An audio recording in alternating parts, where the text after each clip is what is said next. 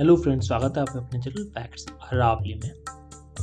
आज का हमारा विषय है हेलो द डिवाइन क्राउन, जो हर देवता के सर पर चमकता हुआ हमें दिखता है, चाहे वो गॉड्स हो, एंजल्स या बड़े सेंट्स। बात की जाए प्रथामंडल की। प्रथामंडल प्रकाश की अंगूठी है जो किसी दिव्य प्राणी के सर या शरीर को घेरे लेती रहती। आभामंडल जितना उज्जवल होगा, उस व्यक्ति की पवित्रता, शक्ति या पवित्रता उतनी ही अधिक होगी।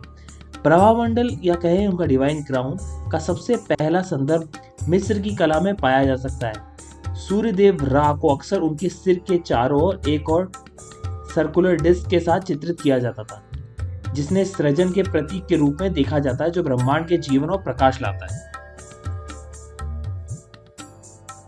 उसी युग के दौरान बेबीलोनियन साहित्य में महान देवता मर्दुक के जन्म का भी वर्णन किया गया है, जिन्हें उन्हें 10 प्रभामंडल की शक्ति प्रदान की थी। वह मेसोपोटामिया के देवताओं में सबसे शक्तिशाली देवता थे, जिन्होंने महान ड्रैगन तियामत को मार डाला था।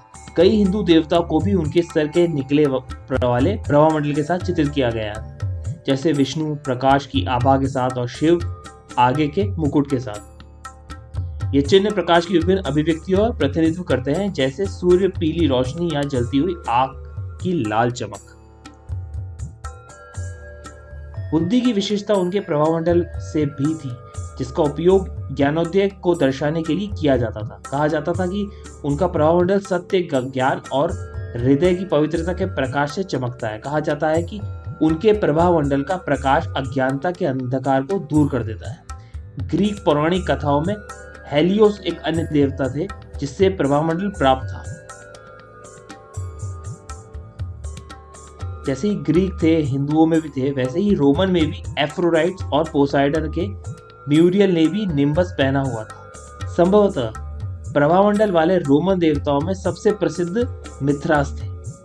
उनका निम्बस उनकी शक्ति और महिमा को दर्शाता है, जहां कहा जाता है कि उनमें एक बैल से कुश्ती लड़ने और दिग्गजों की सेना को मारने की ताकत थी। उसकी ताकत और पौरुष के कारण वह रोमन सैनिकों का पक्षधर था, जो अक्सर युद्ध में जाने से पहले ही उसके साहस की मांग करते थे। प्रभामंडल को अक्सर सूर्य देवताओं से जोड़ा जाता था, जैसे मल्क कबेल अरबी और अमेतरासु जापानी देवता। प्रभामंडल और देवताओं की शक्ति का प्रतिनिधित्व करता है, जो हर सुबह दुनिया में अपने प्रकाश लाते हैं और अंधेरे को दूर करते हैं। इसका मतलब यह था कि उन्हें अक्सर पोषण करने वाले और सुरक्षात्मक शक्तियों के रूप में पूजा जाता था, जो अराजकता और अंधेरे की दुनिया को दूर करते हैं। इन्हीं ग्रीक और रोमन परंपराओं में मध्यकालीन ईसाइयों में प्रभामंडल के चिन्ह को अपनाया। उन्होंने इसका प्रयोग दिव्य प्रकाश को इंगित करने के लिए किया, और इसे मैरी, जीसस और अन्य देवता, उन्हीं क्रिश्चियन देवताओं के स्वर्गदूतों जैसी दिव्य आकृतियों के अनगिनत चित्रों में पाया जा सकता है। ईसाई धर्मशास्त्र में ऐसा कहा जाता है कि प्रभामंडल ईश्वर की कृपा का प्रतीक है, जो उनके दिव्य बच्चों के प्रतीक के माध्यम से चमकता है। और रोचक जानकारी जानने के लिए जुड़े रहे हमारे चैनल से। उसके लिए please do like and subscribe channel, और नए वीडियो नोटिफिकेशन के लिए बेल आइकन को दबाना ना भूलें। आपका दिन शुभ रहे। धन्यवाद।